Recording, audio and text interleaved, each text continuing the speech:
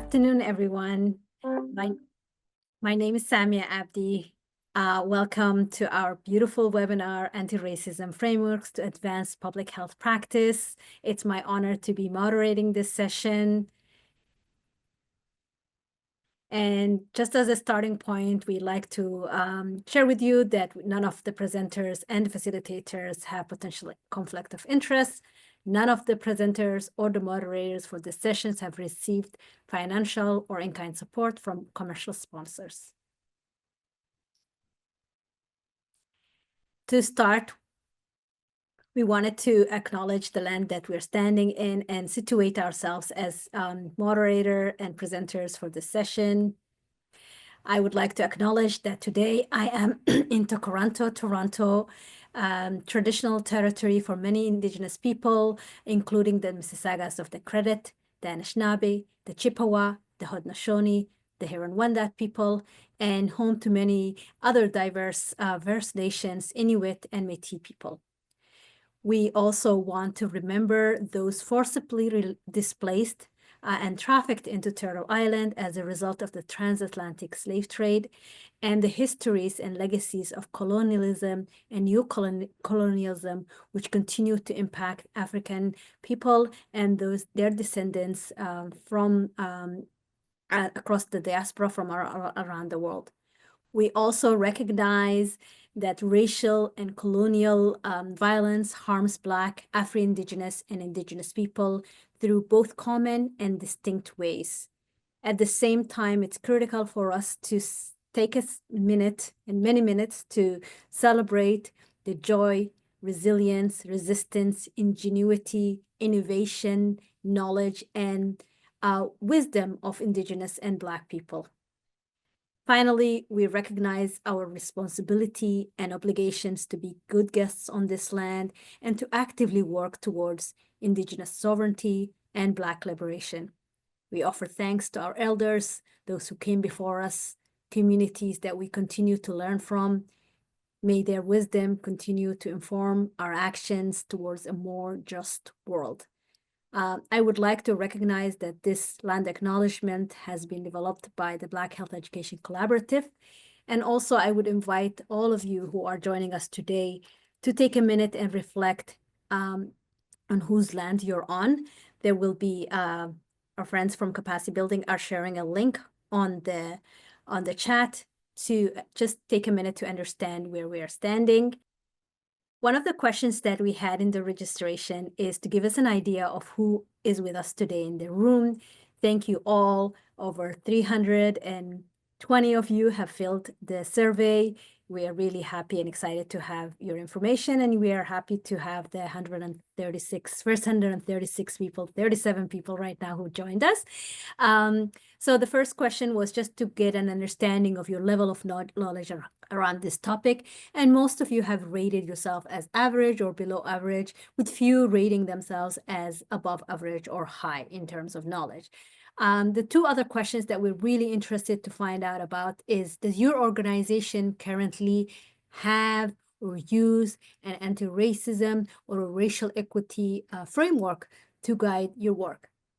And about 30% of you said that your organization indeed has developed or is using an anti-racist and racial equity framework. The flip side of that is that over 70% of those who have shared their feedback had indicated that you do not have currently an anti-racist or a racial equity framework. And for those of you who have said that your organization has that, 31% of them had also indicated that you are either very often or always using an anti-racist lens and racial equity framework in your practice. So that is promising. What is also promising is that there was a number of you who indicated that your organization does not have this framework, yet despite that, you continue to use it on your own volition. So as I mentioned quickly, the run of the show is that we have done our land in acknowledgement, and shortly will be the introduction. We will be talking about terminology and context for 15 minutes, and then we're going to talk about methodology and key findings and implications of practice for 20 minutes, then followed by 15 minutes of reflection as well as an Q&A, and finally having some closing remarks. Today's learning objectives are really to acknowledge the ways that systemic racism in Turtle Island continue to impact the determinants of health in harmful ways, and the ways that it results in differential health outcomes, particularly for racialized communities. We also wanted to take time to discuss the diversity and the characteristics of anti-racism frameworks and tools to advance public health planning, service delivery, and decision-making. And finally, to talk about some actions for implementation of our anti-racism framework and tools in public health practice. Now to the most exciting part, I would like to introduce the authors of this systemic framework that has been done over the past year, Gloria Umubabi, and who is a former health equity practicum student and in our Department of Health Promotion, Chronic Disease and Injury Prevention at Public Health in Ontario, and my co-conspirator, Tahira Welji, who is a Senior Program Specialist at Health Promotion, Chronic Disease and Injury Prevention in Public Health Ontario. And I would like to invite Tahira to take it away. Thank you so much, Samia, for starting us off today. And thank you to everyone in the virtual room for taking time out of your lunch to tune in to today's session. Before Gloria and I start our presentation, we wanted to spend a little bit of time locating ourselves, both in terms of who we are and where we're joining from. A crucial first step in discussing racism and anti-racism work is to begin with critical reflection and understanding of who we are as individuals.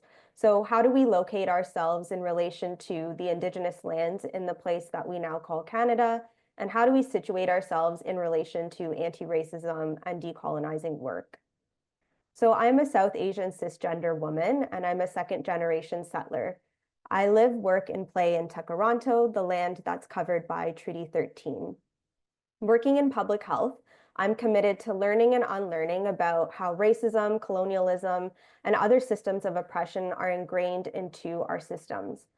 And in the context of this environmental scan that we'll be sharing a little bit about today, this involved consistently reflecting on my positionality, power, and privilege throughout the process, throughout scoping, throughout development and dissemination. And Gloria and I had many conversations about this, along with the OPHA Anti-Racism Task Group, who helped to co-develop this scan, and we'll talk about that in a little bit. So the difficult work of confronting systemic racism in research and in practice really means more than this acknowledgement and good intention, and requires that ongoing reflection and work. And we hope that this session will be a small step in your journey and will implore you on how you can integrate anti-racism into your public health practice. So with that, I will turn it over to Gloria. Thank you, Tahira, and thank you to everyone for joining us today. In terms of locating myself to this work, I bring my own lived experience as a Black African diasporic woman. Also as an emerging public health professional. I'm currently completing my Master of Public Health degree at the University of Toronto, and also as a first-generation settler. Like Tahira, I also live and play in Toronto, the land covered by Treaty 13. And as an emerging public health professional, in my commitment to engaging in anti-racism practice, I'm often confronted with the power of language and how particular choice of words have been and unfortunately continue to be used to harm individuals and to other individuals and communities. Conversely, I'm very cognizant of the healing power of language. And as such, I am consistently engaging in critical reflection, like Tahira, and reflecting on and being sensitive to the ways that words are used to relay language. Okay, someone's not able to hear me. Okay. I will try this again. 1 second. Is this better? Okay, thank you. But it's probably the headphones. I was saying, as an emerging public health professional, in my commitment to engaging in anti-racism practice, I am often confronted with the power of language and how particular choice of words have been and also continue to be used to both other and to harm individuals and their communities. And on the other side, conversely, I am also cognizant of the healing power of language, and I'm consistently engaging in critical reflection on and continue to be sensitive to the ways that words are used to relay knowledge, especially in the realm of public health. And so, as you will see throughout the process of our creation of this environmental scan, Tahira and I were conscious of how different concepts were defined and how we would apply language when we're writing the paper, and making sure that we are sensitive to the ways that words were being used. So we're excited to share this work with you, and I will hand it over to Tahira. Thank you so much, Gloria. That was so beautifully said. So on the screen here, we just wanted to take some time to acknowledge that the environmental scan came out of a request from the Ontario Public Health Association's Anti-Racism Task Group. So the scan and the report was developed, or I would rather say co-developed, in consultation with this wonderful group of people working on advancing anti-racism in both the public health and the education space.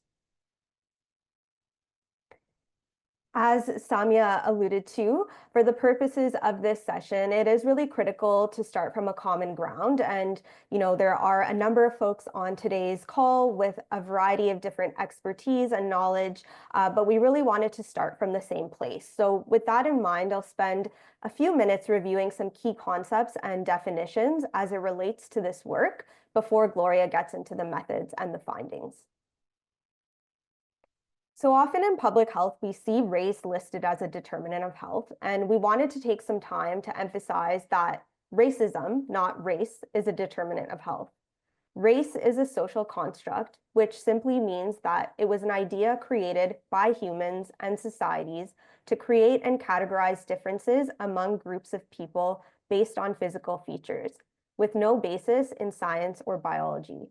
It creates and maintains power differentials within society, with human value assigned based on how close one is to the dominant race. People and societies have historically and contemporarily used race to maintain a system of unfair advantages and disadvantages, and race marks certain groups for exclusion, discrimination, and oppression. On the flip side, racism is a cultural and structural system that assigns value and grants opportunities and privileges based on race. It can manifest through beliefs, stereotypes, prejudice, or discrimination, and it exists within institutions, including public health, and influences how opportunities for health and well-being are distributed. While we could spend hours and probably days unpacking this, there are some key points we wanted to emphasize today. And, racism functions on multiple levels and through various forms as a starting point. So at the individual, interpersonal, systemic level. And today we'll be touching on systemic racism, which refers to the ways in which policies, practices, in institutions and society disproportionately negatively impact racialized individuals and communities. Systemic racism in what is colonially known as Canada leads to detrimental outcomes across multiple facets of life, including income, education, housing, among others, all which negatively impact health outcomes and opportunities. And we've seen time and time again in research, in experiences, in anecdotes, and in real life experiences that systemic racism causes higher rates of chronic illness, such as diabetes and hypertension, increased susceptibility to communicable diseases, and increased risk of mental health disparities. As a system of oppression, racism is not only siloed to an individual's racial identity, but its impact becomes amplified by the intersections of race with other identities, including age, ability, gender identity, and sexual orientation, just to name a few. There are multiple forms of racism, and for the purposes of today, we're going to unpack two forms: anti-Black racism and anti-Indigenous racism. Canada has a foundation that's deeply rooted in both through histories of colonialism and slavery. The term anti-Black racism, first introduced by Dr. Akua Benjamin, specifically addresses the systemic racism Black Canadians face due to the legacy of slavery and colonization. It's deeply entrenched in institutions, policies, and practices, often going unnoticed by the broader society, resulting in social and economic marginalization. Recognizing and naming this racism is as crucial as addressing and recognizing and naming anti-Indigenous racism, which we will define on the next slide. The Ontario Racism Directorate defines anti-Indigenous racism as ongoing discrimination, negative stereotyping, and injustice experienced by Indigenous peoples in Canada. The racism stems from the legacy of colonial practices like the Indian Act and the residential school system, and continues through systemic barriers and power imbalances in areas like criminal justice, child welfare, education, health, and well-being. We're focusing on Indigenous and Black communities in our anti-racism efforts because of the long and distinct history of oppression they faced. To advance reconciliation, as guided by the Truth and Reconciliation Committee, we must prioritize addressing anti-Indigenous racism, recognizing Indigenous peoples as the owners and protectors of this land. And so I know those are a lot of definitions that we've kind of included in a very short period of time, but we also have a corresponding rapid review on health equity glossaries that I'll put into the chat after I'm done speaking, that you can refer to guide some of your work in this space and just as a starting point. I also wanted to touch on the fact that, while we are starting this session acknowledging the negative and harmful impacts of racism, we want to acknowledge that Indigenous, Black, and racialized communities have shown immense resilience in the face of violence, cultural genocide, land dispossession, and other systemic harms. So we'd like to frame this presentation adopting a strengths-based approach, as it's essential to center experiences and highlight the solutions that have been built by communities, rather than relying on a deficit-based perspective that often overlooks these solutions. So we've defined racism, and now we'll move towards defining anti-racism. So anti-racism is really about actively calling it out, naming racism, including systemic racism, and taking proactive steps to address it. It's a systematic process that actively seeks to identify, remove, prevent racially inequitable outcomes and power imbalances between groups, and change the structures that sustain inequities. And so once Gloria gets into her part of the session today, we'll be able to really unpack what that means in terms of actions. So how does this relate to public health? For years, racialized communities and community organizations have called to attention how racism impacts health outcomes and health opportunities. Over the last 5 years alone, this issue has gained more focus, especially after social justice movements that took place over the globe in 2020. The Black Lives Matter movement highlighted the connection between health and human rights, demanding an end to anti-Black violence, and the national inquiry into missing and murdered Indigenous women, girls, and Two-Spirit, transgender, and gender diverse people, and the discovery of 215 unmarked graves in 2021 also revealed the deep impacts of colonialism on Indigenous people. The COVID-19 pandemic was fundamental in reinforcing how racism exacerbates health disparities, with higher infection and mortality rates among racialized groups. In response, institutions across the province, across the country, and locally have taken steps, and we've seen responses to this through, for example, the Truth and Reconciliation Commission's 94 calls to action, Canada's anti-racism strategy, and many efforts such as strategies, commitment statements, and task forces. And so while these efforts have led to a broader recognition of systemic racism as a determinant of health, and these actions are very important, they are also a small step on the journey to advancing anti-racism in public health. So in conversation with the Ontario Public Health Association's Anti-Racism Task Group, what we noted was that there is a significant gap in what we were calling actionable resources at the local level to ensure that anti-racism commitments lead to meaningful change in public health.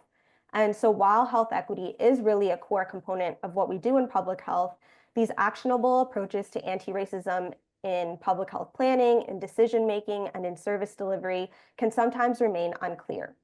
So to address this, we identified the need to collate practical and actionable oriented resources. The environmental scan we'll present today aims to summarize the characteristics of these frameworks that we found in practice to support the implementation of anti-racism practices in public health. So before I pass it over, I'm ending with a couple more definitions. And this is just to define what we mean by tools and frameworks. Oftentimes we use the words tool and framework interchangeably. And so Gloria and I had a lot of discussion around what is actually meant by a framework and how can we ensure that we're being clear in our work and what we're trying to look for here. So tools, you'll see on the screen, are a set of instruments developed by organizations to guide public health practitioners in applying knowledge, skills, and resource to practice. This can include anything from checklists to templates to critical appraisal criteria and frameworks themselves. On the flip side, frameworks really didn't seem to have a universal definition. To summarize, what we found is that frameworks are a tool that describe, outline, and/or classify core concepts. They present a firm understanding of relevant theories and concepts with the aim of guiding action plan implementation. And so just keeping those definitions in mind, I'll then pass on to Gloria to get into the details of the environmental scan. Thank you, Tahira. And I'm going to do my best to enunciate. So if at any point you're not able to hear me, please let me know. And I hope the audio is good now. So I will be sharing our methods, our key findings, and the implications for practice from our environmental scan. We were supported by Public Health Ontario's library services in our search, and we were able to search both peer-reviewed and grey literature databases.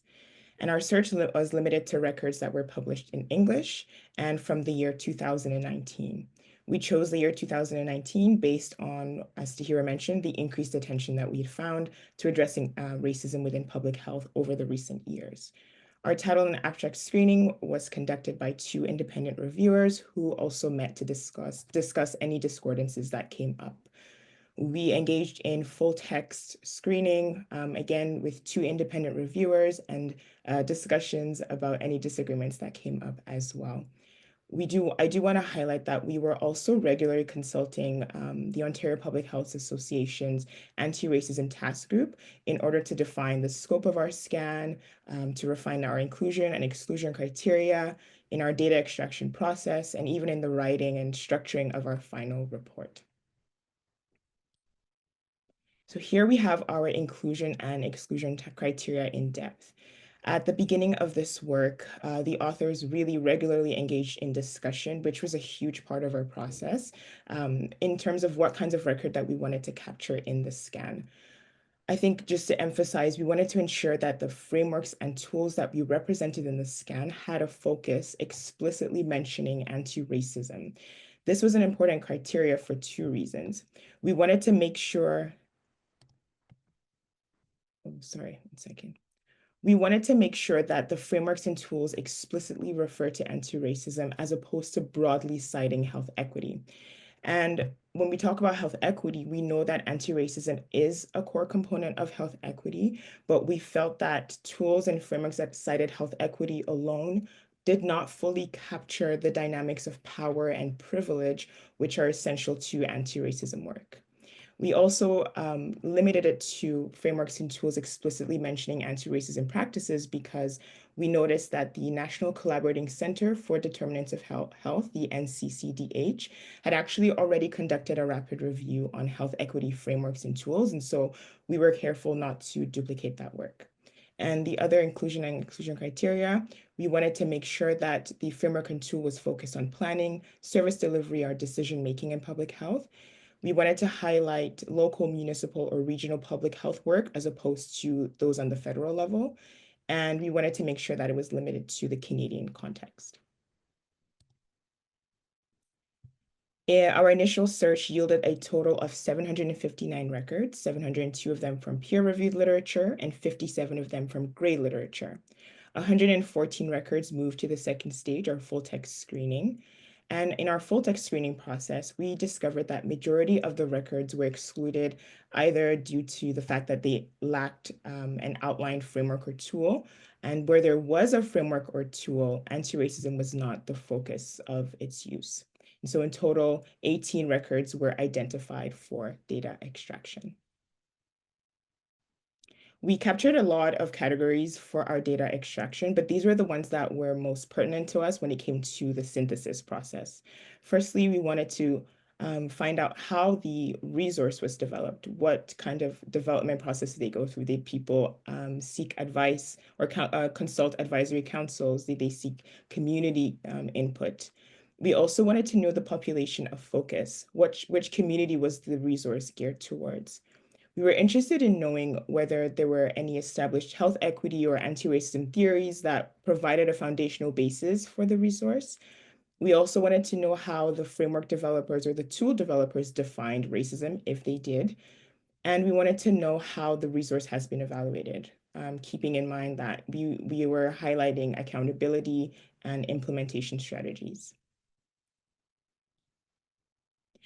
Our resources were grouped and synthesized according to these two categories. Firstly, equity considerations in framework development, which I'll touch on in the next slide, and also anti-racism practices by population of focus. Again, with that meaning the community in which the resource was geared towards. In the rapid review on health equity frameworks, the NCCDH made some recommendations to framework developers when considering what to include in health equity frameworks. So we were able to draw from these considerations to assess whether they were actually reflected in some of the frameworks and tools represented in our scan. We found that 22% of the resources made emphasis on language where power and privilege were emphasized in their definition of anti-racism. We found that 33% of resources were situated within larger commitments, such as the Truth and Reconciliation Commission's 94 Calls to Action or the United Nations Declaration on the Rights of Indigenous People. We found that 38% of resources were situated within existing theories and principles, such as the critical race theory or the intersectionality theory. 83% of records had a co-development process, which was outlined very well in their resource. And finally, 55% of resources made mention of the mechanisms that they had in place to ensure accountability in their implementation of the framework or the tool. Some of these actions included commitments to regularly reviewing and updating their records with the community, also the production of status reports and work plans, timelines, short-term goals, long-term goals, and also the creation of metrics that they would actually use to assess how the framework was being implemented. Before I present the findings in this category, I think it's important for me to acknowledge that while we have delineated the population of focus into 4 broad categories, they do not fully capture the richness of diversity, not only across but within racialized communities themselves. This is where I think it's important to recognize and continually remember that the experience of racism within and across racialized communities is never homogeneous. The concept of intersectionality, which Tahira touched upon, allows us to understand that there are other unique identities that individuals possess which impact their experience of racism. And so in the context of this scan, we categorize them into these broad 4 categories. Firstly, we synthesize themes based on frameworks that implemented anti-racism practices more broadly. So 17% of our records were identified under this category. 22% of the records implemented anti-racism practices with an emphasis on anti-Indigenous and anti-Black racism. 28% of the records addressed anti-Black racism solely, and 33% of the records addressed anti-Indigenous racism. Now I'll walk you through an in-depth look at some of the components of the framework and also some of the action items that were put forth and represented within each category. In the interest of time, I have chosen not to name any specific organization, but I do encourage you to read the environmental scan as they are cited there. But these are some of the action items that came up. Firstly, in implementing anti-racism practices, framework developers identified that identifying the cause of racial inequities relevant to the context was an important first step. For them, it was important to capture the historical and social context within which the anti-racism work is situated. As we know, again, this is not homogeneous and will differ depending on the community and the population of focus. They also mentioned gathering and reporting evidence to support the prevalence of racial inequities. And this could involve the collection of socio-demographic data, as well as assessing and reporting what is known in the literature about the barriers that racialized communities face within the context, and highlighting the voices of individuals with lived experiences through anecdotal evidence. Thirdly, framework developers mentioned identifying, enhancing, or amplifying current interventions.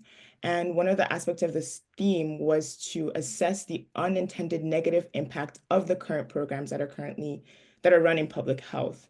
And so in this way, organizations were able to put forth an action that would allow them to reflect on how past harms have impacted community relationships and to work towards rebuilding trust. Next, centering the perspectives of community members. Here in this practice, resource developers highlight the importance of collaborating with community partners and integrating their voices throughout. This particular theme attends to a core tenet of anti-racism work, which highlights addressing those power imbalances that can be achieved through relationship building and transparency. Next, we have engaging in inter or multi-sectoral collaboration with policy decision makers. And at the level of policy, it's important that intersectoral work is done in order to maximize the impact of the anti-racism work being done. Finally, we have developing and implementing accountability mechanisms and measures to ensure delivery on commitments. And the human rights-based approach framework, which is one of the frameworks that was developed, emphasized the need to include those measures so that we ensure that these organizations actually deliver on the commitments that they make, so that the commitments is not the end of where their anti-racism work is. For our next category, we have those records that adapted their framework to implement anti-racism practices with an emphasis on anti-Black and anti-Indigenous racism.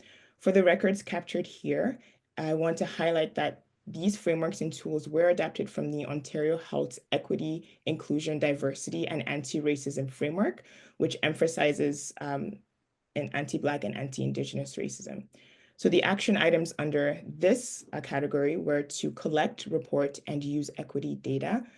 And the collection, reporting, and the use of data is meant to influence the decision-making, not only externally, but also internally within the organizations. And some of the actions under this point could be reviewing past policies and practices to ensure anti-racism is embedded within the organizational culture and also influencing decision-making. It's also important to receive feedback from community members who have been most impacted by systemic racism, so that this work can be done collaboratively in enhancing their program. Next, embed in strategic plan and embed anti-racism practice in strategic plan.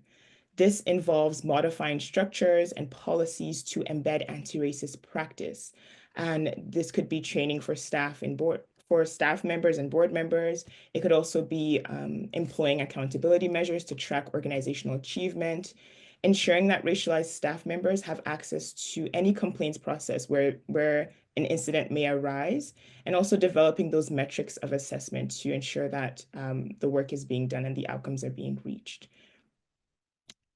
Next, we have partnering to advance Indigenous health equity. And this involves investing in building relationship and trust with Indigenous leaders and communities, and amplifying the existing work that already exists. So things like the Truth and Reconciliation community commitment and the calls to action and UNDRIP work that's already being done, that's Indigenous led as well as amplifying the voices of agencies that serve Indigenous communities and helping them to work towards fulfilling their action areas. Finally, we have investing in implementation. And this, again, includes creating accountability measures, conducting surveys, client-based metrics, just in order to capture the community satisfaction to ensure that the work that has been committed to is being done. And one thing you'll notice as I read through these is that there is some overlap across the four categories, but we chose to do it this way just to highlight the importance of emphasizing the population of focus and situating it within the context of the work itself. Our next category are the themes that were captured under records that solely focused on addressing anti-Black racism.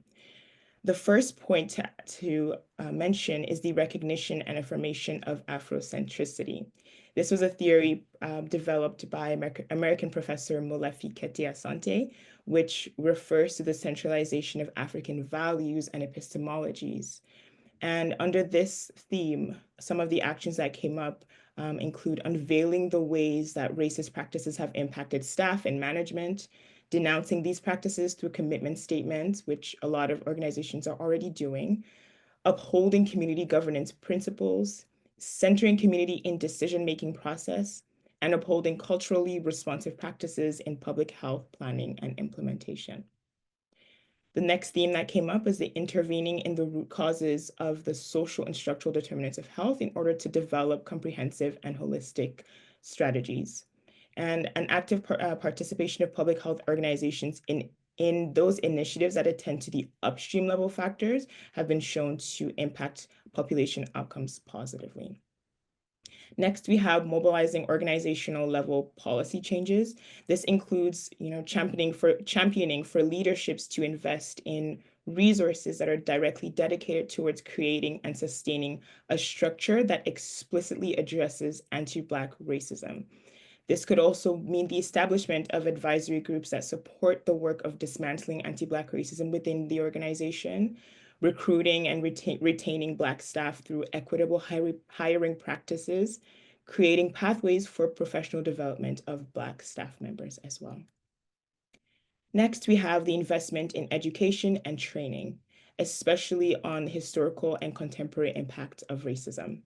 Training that centers Blackness, training that combats epistemic injustice, and training that pays attention to intersectionality were things that were outlined under this theme, action items that were outlined under this theme.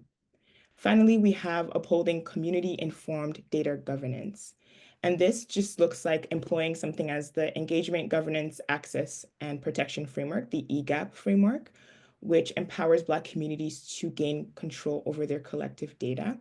It could also look like the creation and establishment of community governance tables, which can help to guide decision-making in the area of data governance and those types of practices, and uphold those community-led informed data governance practices.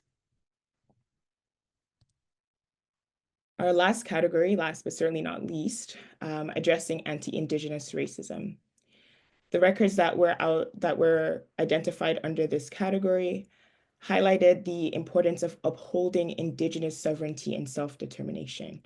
Some of the action items that were listed here was the understanding of local treaty agreements, being sensitive to the use and possible misuse of land acknowledgements, having a clear understanding of how Indigenous communities make decisions. It's also important that, alongside acknowledging Indigenous people's connection to the land, a crucial component of upholding Indigenous sovereignty is, where possible, organizations engaging in actions that work towards the repatriation of Indigenous land. Next, we have prioritizing community-driven nation-based activities, which work to build and sustain relationships based on trust, respect, dignity, collaboration with communities, and also provide them with the leadership capacity in building their health initiatives and in their own decision-making. We have education and training on cultural safety and anti-Indigenous racism. So cultural safety was seen as a high priority. Some of the records highlighted individual level solidarity through the process of unlearning and relearning from resource sharing, confronting people's personal biases, their own personal biases, amplifying Indigenous stories, unveiling Canada's colonial history, reflecting and also committing to action. And the frameworks also highlighted education and training as ongoing in order to ensure sustainability. Next, we have enhancing Indigenous capacity through meaningful engagement, consultation, and leadership, especially in the area of implementing Indigenous-led initiatives. One framework highlighted that, for example, where community health fairs are being organized, Indigenous community agencies should be invited and also provided a booth in order to highlight their work. There's also a need for Indigenous representation in positions of leadership within public health organizations, and the importance of providing Indigenous staff, board, and community members with the right to access cultural practices and embed healing practices into their healthcare system. Finally, we have adopt two-eyed seeing approaches. And some of the actions that were listed under here could include the creation of spaces for Indigenous staff to safely participate in ceremony, coordinating services and programs to attend to First Nations, Métis, and Inuit health needs, understanding a distinctions-based approach, upholding a shared responsibility to the health of Indigenous people among non-Indigenous public health practitioners, and enhancing Indigenous influence over planning, service delivery, and decision-making of anti-racism initiatives. I'm just going to quickly run through the implications for public health practice as they pertain to our scan. And we hope that our scan is able to provide public health units and health system partners with the resources to draw from in order to create their own frameworks and tools, their own anti-racism frameworks and tools. We also hope that our scan raises awareness on the need for anti-racism work that moves beyond just commitment statements. We hope that our framework, our scan rather highlights the gap in accountability and the implementation of anti-racism resources to encourage development and the use of assessment metrics. I'm just going to also quickly run through our strengths and limitation, and I'm cognizant of the time. In our search, we limited to only public health, which we saw as a limitation because we did find a couple of frameworks and tools that were developed within healthcare settings that were able to be translated to public health. Our time limit may have excluded also useful frameworks that were developed before 2019, understanding that anti-racism work has been ongoing since before 2019. We also solely focused on frameworks and tools that explicitly mention anti-racism, as I mentioned earlier, which means that we didn't cover any framework that mentioned cultural safety or just anti-oppression. And so it's possible that we may have missed some important frameworks, but we do believe that this actually enhanced the rigor of our scan by limiting the influence of our own judgment in deciding what's the definition of anti-racism within those frameworks and tools. So I will pass it on to Samia as we go into a reflection and Q&A. Thank you, Tahira and Gloria, for that presentation, and congratulations on getting this out of the gate and published. So we have a question in the Q&A, and folks, if you have any comments or questions, please do feel free to share. The question is, if you had an opportunity to do any type of appraisal or a quality assessment to assess the quality of the frameworks that you have included in your search. Yeah, that's a great question. And maybe I can start, and Gloria, feel free to jump in. So we did not do a formal quality appraisal or critical appraisal of the frameworks that we uncovered, but I do think that the mapping of the frameworks to some of those criteria that were developed by NCCDH with regards to equity considerations in framework development provided some really good insight in terms of how these frameworks were developed, and in turn, kind of how, those considerations apply to implementation. And so, for example, Gloria highlighted, the amount of frameworks that were, for example, co-developed with community or through community advisory committees, or the number and percent of frameworks that were developed with critical race theory or intersectionality theory in mind. And so in a way, that kind of does give us an idea of some level of quality and some level of rigor when it came to the frameworks that we included. Yeah, I agree. I don't think I would add anything. It's also maybe a bit tricky to critically appraise frameworks because they are so context specific, and that's what we encourage anybody who's developing a framework to ensure that it is specific to the context in which they are situated in. But highlighting it or mapping it according to NCTDH's considerations definitely help to see, to let us know what to look for in these frameworks as well. Yeah. I have a follow-up question, which is the use of an advisory group or a committee that you had a chance to, what was that experience like, as well as what was the benefit of having maybe, or the challenges of having a group of people that you kind of consulted with on the regular? I can go first, and then Tahira, if you'd like to add. My experience as an emerging public health professional as a student, being able to consult with the Ontario Public Health Association's Anti-Racism Task Group was a wonderful experience because when you're doing anti-racism work, when you're doing health equity work, it's important that you're not doing it alone because there are so many people who are already doing the work, but there's so many ways that we can approach any one topic. And so getting their perspective, getting their experience on that regular basis was just really instrumental to the work that we were doing, because a lot of what we were doing as well, to hear, was just engaging in discussion before we even started searching, or rather screening, before we even started writing. We were continually checking in and making sure that we are covering what we wanted to cover and highlighting it, especially as it pertains to language and the words that we were using. And so having the OPHA's anti-racism task group to even give us feedback on some of the choices that we make, some of the decisions that we made with regards to excluding particular frameworks and tools was really helpful. Yeah. Tahira, do you want to add anything to that? No, I think you've summarized it really well. I think the other kind of question that Gloria and I, would talk about when we were working on this is, how are we appropriately engaging people who are reflected in these frameworks? And so we did our best to engage with the Ontario Public Health Association Anti-Racism Task Group throughout the process, and also talked about, how could we do this differently in a different context, really just making sure that we are amplifying the people that these frameworks are supposed to serve, and how are we doing that in a good way. And so I think what we do have planned for a future session coming up in the coming months is also to share the creators of these frameworks and to share their experiences with designing these frameworks with the communities that they serve. And so I think that the Anti-Racism Task Group was instrumental to shaping this with a variety of different perspectives. And we'd love for you to hear about the creators of these frameworks themselves and how they engaged community in their development. Amazing. And we are going to be asking our friends in capacity building if you can pull. There is a QR code and a link that we wanted to share with you all as we are going through this process of learning as well as implementing the knowledge.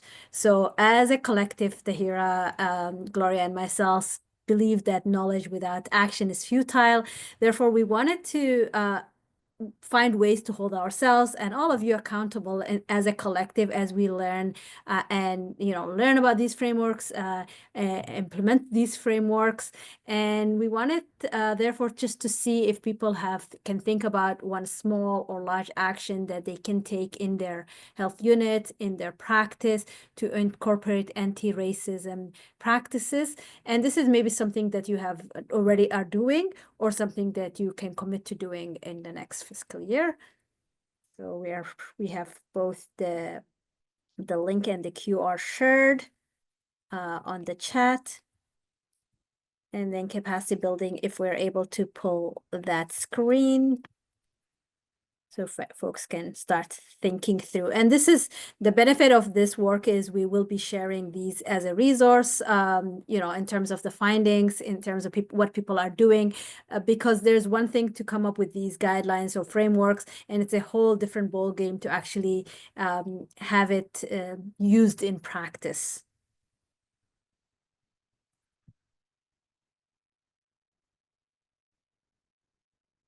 So I already see that people are committing to review those practices and what are the current policies within their organizations, and learn more about amazing, the transatlantic slave trade and the Canadian role in it, absolutely.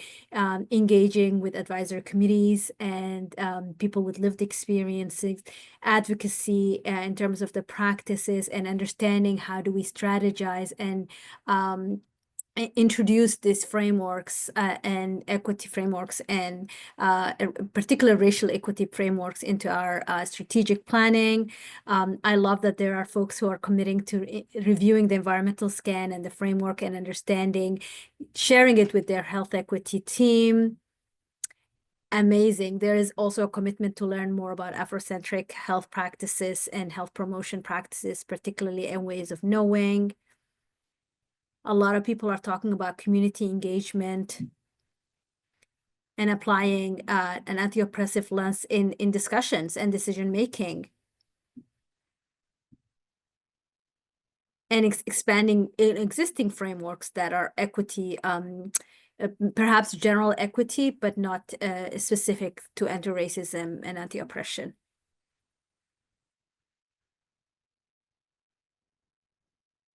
Working with communities and local elders, knowledge keepers to build this knowledge and as well as to understand how our current practices.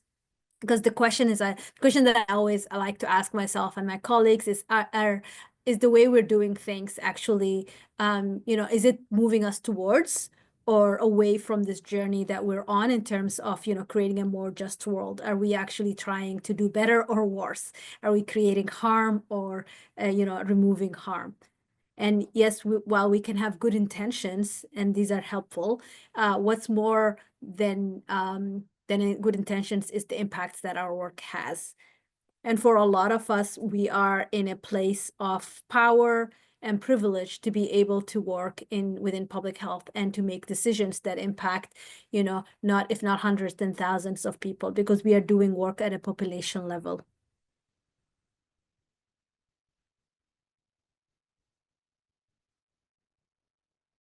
Amazing. I don't know, capacity building, if we can go down, if there's any more pieces that I haven't had a chance to see as the answers are coming in. Yes, there's amazing points around language.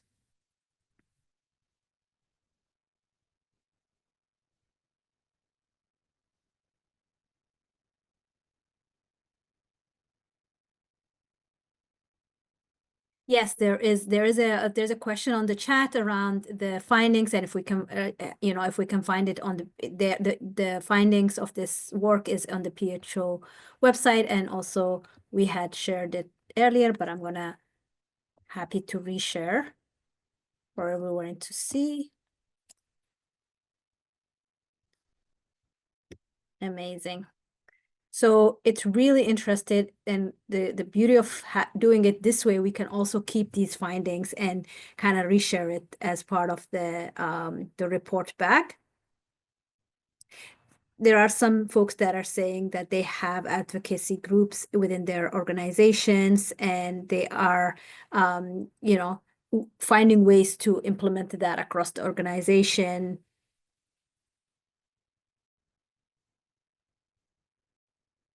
And so Gloria and Tahira, there is a question that came from folks that are participating. And the question is, how can we ensure these frameworks are being implemented across Ontario in terms of follow-up with public health? Are there ways, like I think it's the accountability piece. So these frameworks exist, and is there ways to ensure that we have, that folks are implementing it, but also that folks have access to these frameworks to improve access to public health services and ensuring public health providers are up to date on their own practices? Yeah, that's such a great question and a big question too. I think, when it comes to ensuring frameworks are being implemented, like you said, Samia, it comes back to this piece around accountability. So how are we measuring progress against these frameworks? How are we revisiting what we've committed to? And understanding the extent to which it's being implemented and implemented in a good way. One of the frameworks that we came across in our search was developed by the Anti-Racism Network in Saskatoon. And this is a really interesting framework because it allows organizations to assess where they are on a spectrum from being an anti-racist organization to being perhaps a very, colonial focused, tokenistic organization, right? And so when we're looking at various departments and roles within our organizations, whether that's human resources, whether that's our budgeting, whether that's, how we're making decisions with our strategy, how can we assess our progress against these various components to move towards being an anti-racist, culturally safe organization? And I would encourage folks to get in touch with the Anti-Racism Network in Saskatoon to learn a little bit more about that framework and perhaps look at how that can help with accountability purposes. Yeah, I think that's one way. And the other piece I was going to touch on is just continual feedback loops, right? So based on how you've developed these frameworks coming back to the group that you used to help inform your framework, talking through challenges, successes, gaps, and really just making sure that this isn't just something that kind of might be sitting on a website or a screen, but building in those systems in place to make sure we're revisiting. Amazing. And then there is a comment in many comments in the chat, but one of the comments that caught my eye is this idea of linguistic challenges, especially for Afrocentric information, given that a lot of Afro-Canadian communities are French speaking as well. So thinking about language as a point of thinking through as we are doing work around anti-racism and anti-oppression work and anti-Black racism particularly. And then maybe a final question to you both, and two questions. One is asking about particularly what advice you have for organizations to do this work in terms of particularly around capacity building and engaging with priority populations. Yeah, so could you give an example of how organizations can make learning about anti-Black and anti-Indigenous racism as part of a continuous practice? Yeah, that's a great question. I think building it into policies and procedures at the organizational level, for example, I think, Sami and you and I have talked about this, like making this anti-racism training as part of your personal development plans within your organization, making it a mandatory requirement, and then not only making it a checkbox, but creating those safe spaces to unpack what you've learned together as a group, coming together to revisit that. So I think embedding it in your strategic plan, embedding it in your policies and procedures, and making sure that this training is not limited to staff. It extends across the organization, within the organization, including in leadership. Amazing.